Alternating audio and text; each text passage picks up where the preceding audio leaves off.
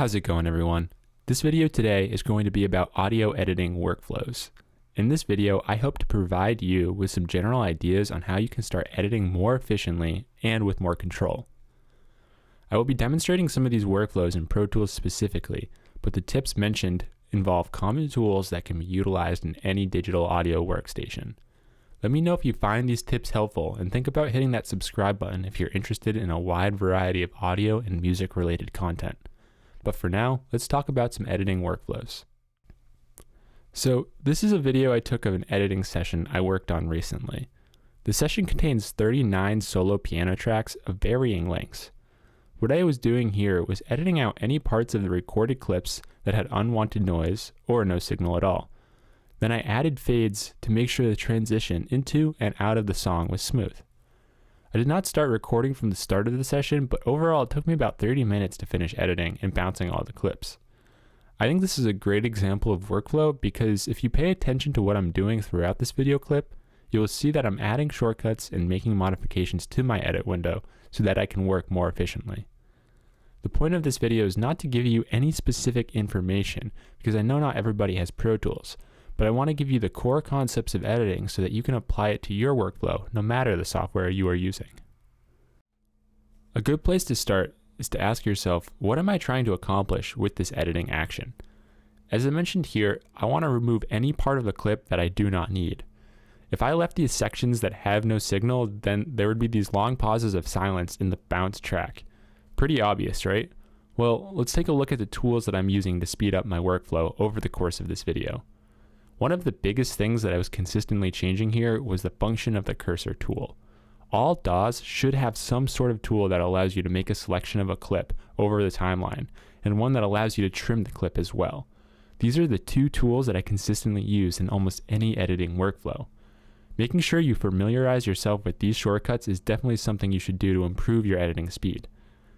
Another important thing that I did not utilize at first was grouping my tracks. I'm sure most softwares have some way of grouping tracks, and it allows you to make an identical edit to all of the tracks in that group at the same time. At the beginning of this video, before I remembered I could group my tracks, I was selecting each track separately, and it slowed me down an awful lot. So if you want to make the same edit to multiple tracks, definitely think about grouping them up. Another workflow addition to think about here are the zoom controls. Zoom controls do many things. That allows you to readjust what you see so that you can jump into a position far away or narrow down to a very specific segment of a clip. In this workflow specifically, I used zoom functions and the Selector tool to accurately pick out a point in time to play back to make sure I'm editing out the right material. Learning the shortcuts for zooming in and out is very helpful, and once again, I consistently use these shortcuts in any editing workflow. I guarantee it will help you work faster as well. So the other consistent editing function that I'm utilizing is adding fades to the start and the end of each clip group. In this case, I'm adding fades simply to allow the song to begin without any distractions and fade out nicely in the end.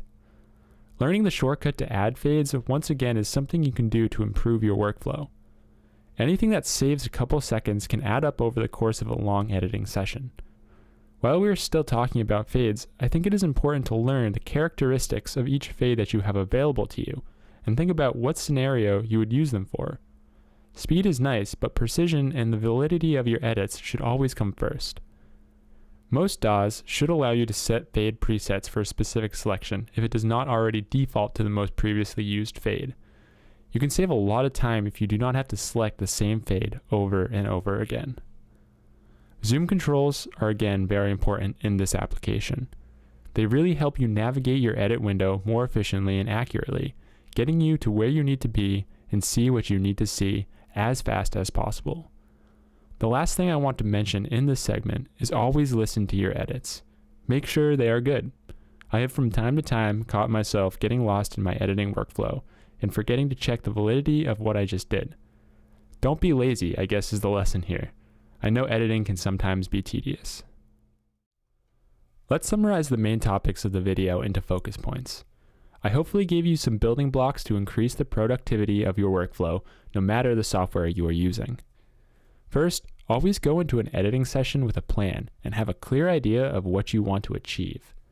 There are so many different ways of editing, it will be most efficient to you to at least outline the steps in your head to how you are going to achieve the desired result from your edits.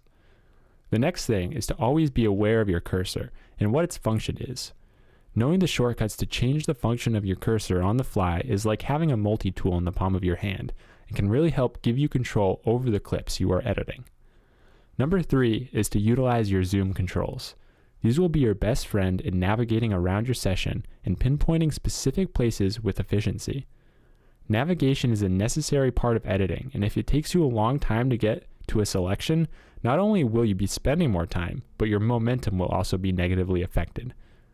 Number 4 is to be familiar with your fades and how you can access them with most efficiency. Whether it be linear, exponential, or crossfades, know what each one does and how to quickly place it so that you can move on with your edits.